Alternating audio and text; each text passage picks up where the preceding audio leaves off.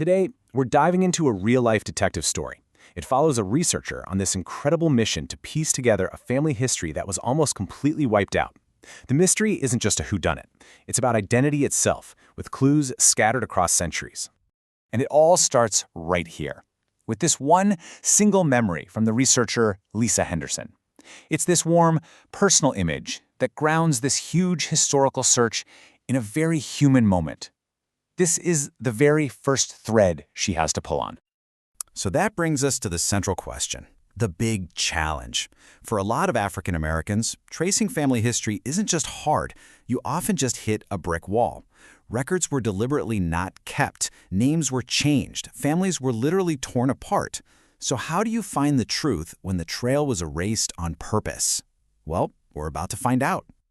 Okay, so step one. The investigation begins where you'd probably expect, with dusty old records. But as we're about to see, sometimes the most boring bureaucratic documents hold the most explosive family secrets. The first big break comes from this, a Civil War pension file. See, back in 1903, a widow named Hannah Speight needed to prove she was legally married to her late husband, Balaam, to get his pension. This should have been easy, right? But there was a massive problem. The local courthouse and all its records had burned to the ground. So she had to rely on people's testimony instead.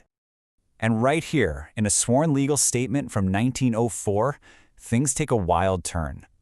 While trying to help her own daughter's case, Hannah's mother, Rosetta Sauls, reveals a family secret that's been buried for years. She testifies that Hannah's first child wasn't her husband Balaam's at all. It was another man's. A century-old drama just sitting there, preserved in a government file. Okay, so let's break this down because it's a little complicated.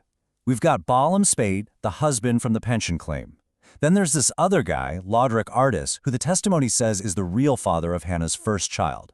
And right in the middle of it all is that son, Lemon Speight. So a simple request for a pension has suddenly blown open a whole hidden branch of the family tree.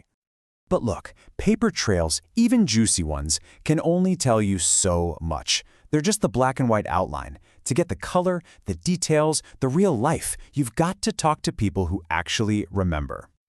So the next big breakthrough comes from finding a living relative, cousin Andrew Sauls. His memories are like a living archive, just filled with these little details that you would never, ever find in an official document. This is where history gets a heartbeat. And just look at the difference this makes. It's night and day.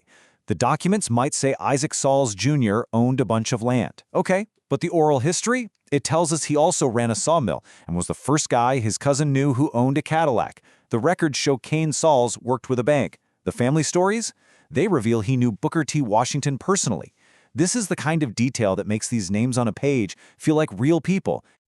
So we've got the documents and we've got the stories. But to solve a 19th century mystery in the 21st century, there's one more crucial tool. This is where modern science crashes into the story. The next clue doesn't come from a dusty box in an attic. Nope, it just arrives as an email notification from the DNA service 23andMe, a potential match, a little digital breadcrumb that could connect a family across more than 100 years of silence. So check this out. Here's how it all went down.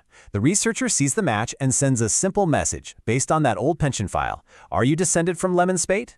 The reply comes back just as direct. He was my grandfather. And boom, just like that, with a click of a button, a family secret that's been hidden since 1904 is proven to be true. And the science? Oh, it backed it up perfectly.